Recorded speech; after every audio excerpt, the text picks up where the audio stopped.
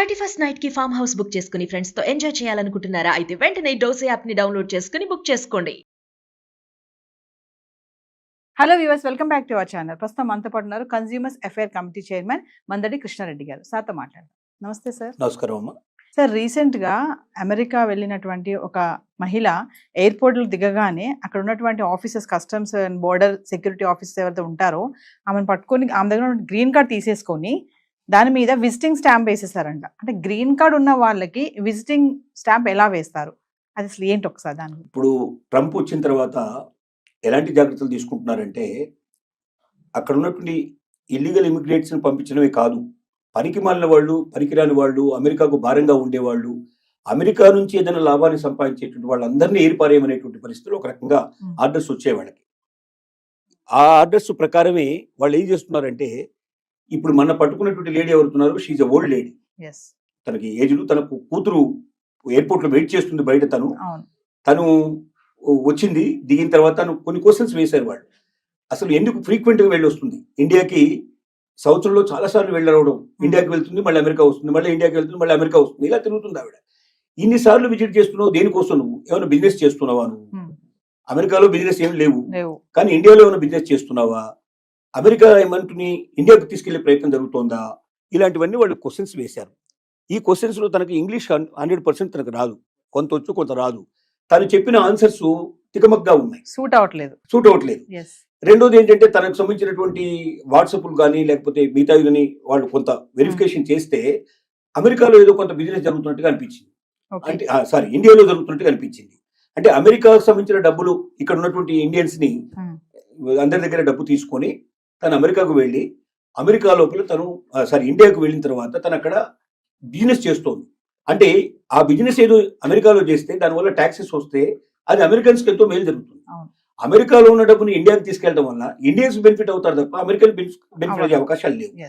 కాబట్టి వాళ్ళు ఎంతసేపు ఏం చూస్తున్నారంటే, అమెరికాకు బెనిఫిట్ ఎట్లా తీసుకురావాలి, అమెరికాను అగ్రరాజ్యంగా నిలబెట్టాలి, అమెరికా ప్రపంచాన్ని డామినేట్ చేసి రావాలి. ఇప్పుడే ట్రంప్ చెప్పే విధానం ఇదే. అమెరికన్స్ ఇంత ముందుకున్న గ్రేట్ అయిపోవాలి, ఇంతకన్నా చాలా బిగించాలి, ఇప్పుడు ప్రపంచం మీద అంతా ఆధిపత్యం చెలాయించాలి. అలా చెలాయించాలంటే డాలర్ విపరీతమైన రేట్ రావాలి, ఇక్కడ ఉన్న వాళ్ళందరికీ ఉద్యోగాలు రావాలి, ఇక్కడ ఉన్న వాళ్ళందరూ సంపన్నులు అయిపోవాలి.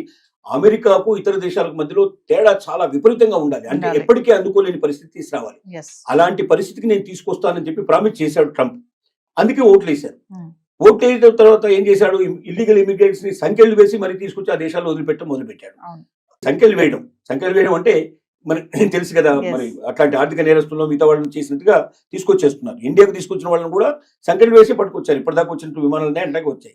సరే, మోడీ వెళ్ళి మనం రిక్వెస్ట్ చేసి మేము మా వాళ్ళని మేము తీసుకొచ్చుకుంటాం, మీరు తీసుకురావాల్సిన అవసరం లేదు, మీరు ఎవరెవరు ఉన్నారు ఇల్లీగల్స్ మీరు గుర్తించండి, వాళ్ళు మాకు అప్పచెప్పండి, మేము తీసుకొచ్చుకుంటాం అని చెప్పాడు. బహుశా అది ఆచరణలోకి రావచ్చు. ఈ లేడీ విషయంలో ఏం జరిగిందంటే, ఒకటి తను సరిగ్గా ఆన్సర్స్ చెప్పకపోవడం వల్ల, తికమక అవడం వల్ల, టాలీ కాకపోవడం వల్ల ఒకటైంది. రెండోది వాళ్ళకి అర్థమైంది ఏంటంటే, ఈవిడ ఇండియాలో వ్యాపారాలు చేస్తోంది, అందుకే ఫ్రీక్వెంట్ గా అమెరికాకు వస్తుంది. అమెరికాలో ఉన్న డబ్బుని ఏదో రకంగా ఇండియాకు వెళ్ళేట్టు చేసి, ఇండియాలో దాని ద్వారా వ్యాపారాలు చేసి ఇండియాకు లబ్ధి చేస్తుంది తప్ప అమెరికాకు లాస్ చేస్తుంది. అమెరికాకు దీనివల్ల ఏ రకమైన ఉపయోగం లేదు, పైపెచ్చు నష్టం వస్తున్నట్టుగా వాళ్ళకి అనుమానాలు వచ్చాయి. అనుమానాల వల్ల ఏం చేశారంటే, ఈవిడికి పర్మనెంట్ వీసాని, గ్రీన్ కార్డుని క్యాన్సిల్ చేసేసి నీకు టెంపరరీ వీసా, టూరిస్ట్ వీసా నీకు మంజూరు చేస్తున్నాం అన్నట్టుగా ఆ పాస్పోర్ట్ వాళ్ళు స్టాంపింగ్ చేసి ఇచ్చారు. అంటే ఇంకా భవిష్యత్తులో ఇది చేయడానికి వీళ్ళని పరిస్థితులు కనిపించారు. అంటే దీని అర్థం ఏమిటంటే, ఇది ఈవిడకు ఒక్కదానికే కాదు, ప్రపంచంలో అందరికీ దీని ద్వారా ఒక సందేశం పంపించారు. ఎవడైనా వేస్ట్ ఫెలోస్ ఉంటే అమెరికా లోపల వాళ్ళు కూడా మూటామూలి సర్దుకొని మీరు వెళ్ళిపోండి. రెండోది, ఇక్కడ ఉన్నటువంటి సంపదను తీసుకెళ్లి మీ దేశాల లోపల మీరు వ్యాపారాలు చేసుకోవడానికో లేదా అక్కడ మీరు వేరుకో లబ్ధి చేకూర్చే ప్రయత్నం మీరు చేసే వాళ్ళు ఉన్నారో వాళ్ళందరూ జాగ్రత్త పడండి. ఇక నుంచి భవిష్యత్తులో ఇది నడవు, ఇది ఫస్ట్ కేసు కాదు, అంటే ఇది ఒకటే కేసు కాదు, ఇంకా భవిష్యత్తులో 100 కేసులు 1000 కేసులు జరిగే అవకాశాలు ఉన్నాయి అని అందరికీ హెచ్చరిక పంపించడానికి దీన్ని ఒక ఉదాహరణగా చేశారు. ఇప్పుడు దీనివల్ల మిగతా వాళ్ళందరూ సర్దుకునే పరిస్థితి స్టార్ట్ అయింది. అలర్ట్ గా అవుతారు. అది ఇంకోటి, భాష సరిగ్గా రానటువంటి వాళ్ళు ఖచ్చితంగా ఇంకొకరు భాష వచ్చిన వాళ్ళ వెంటనే ఇద్దరు కలిసి రావాలి తప్ప ఒక్కరే ఒంటరిగా ప్రయాణం చేయడం వల్ల కూడా డేంజర్ అయ్యే పరిస్థితి ఉంది. రేపొద్దున అసలు ఏమీ లేని వాళ్ళు కూడా, ఏదో వాళ్ళ పిల్లల్ని చూడడానికి వెళ్ళిన వాళ్ళు కూడా సరిగ్గా ఆన్సర్ చెప్పకపోతే, గతంలో వీళ్ళకి సాయంగా వాళ్ళే ఇచ్చేవాళ్ళు. ఎవరన్నా భాష తెలిసిన వాళ్ళని, లాంగ్వేజ్ ఎవరైతే చేస్తారో దుబాసీలు అంటారో వీళ్ళని పెట్టి వీళ్ళకి సాయం చేసేవాళ్ళు. ఇక నుంచి సాయం చేయరు వీళ్ళు. ఎందుకంటే వీలైనంత వరకు అమెరికాకు వచ్చే వాళ్ళని తగ్గించాలనుకుంటున్నారు, పెంచాలనుకోవటం లేదు. టూరిస్ట్ వీసా కింద వచ్చిపోతే వాళ్ళకి అభ్యంతరం లేదు. వచ్చి ఓ నెల 2 నెలలు మ్యాక్సిమం 6 మంత్స్ టైం ఇస్తాం. 6 మంత్స్లో మీరు అమెరికా అంతా తిరగండి, డబ్బంతా ఖర్చు పెట్టండి, మాకు బాగా వచ్చేది చేయండి, మాకు ట్యాక్సీలు వచ్చేది చేయండి, మా వాళ్ళకి ఇక్కడ అమ్మకాలు జరిగేటట్టు చేయండి, మావి కొనుక్కుపోండి. కానీ మీరు ఉన్నవి మా దగ్గర అమ్మడానికో లేకపోతే మా డబ్బును దోచుకుపోవడానికో మా ట్యాక్సెస్ని తగ్గించడానికో మేము ఇక్కడ సిద్ధంగా లేవు. కాబట్టి ప్రపంచ ప్రజలారా జాగ్రత్త పడండి. అమెరికా ఇక ఇలాంటివన్నీ సహించదు, ఇల్లీగల్ ఇమిగ్రెంట్స్ రానివ్వదు, పనికిరాని వేస్ట్ ఫెలోస్ కూడా వద్దు, పర్మనెంట్ వీసాలు కూడా మేము రద్దు చేస్తాం, గ్రీన్ కార్డులు కూడా రద్దు చేస్తాం. ఇక నుంచి ప్రతి ఒక్కరూ జాగ్రత్త పడండి అని ఒక పెద్ద హెచ్చరికకి ఆవిడ ఒక ఉదాహరణగా తీసుకోవడం జరిగింది.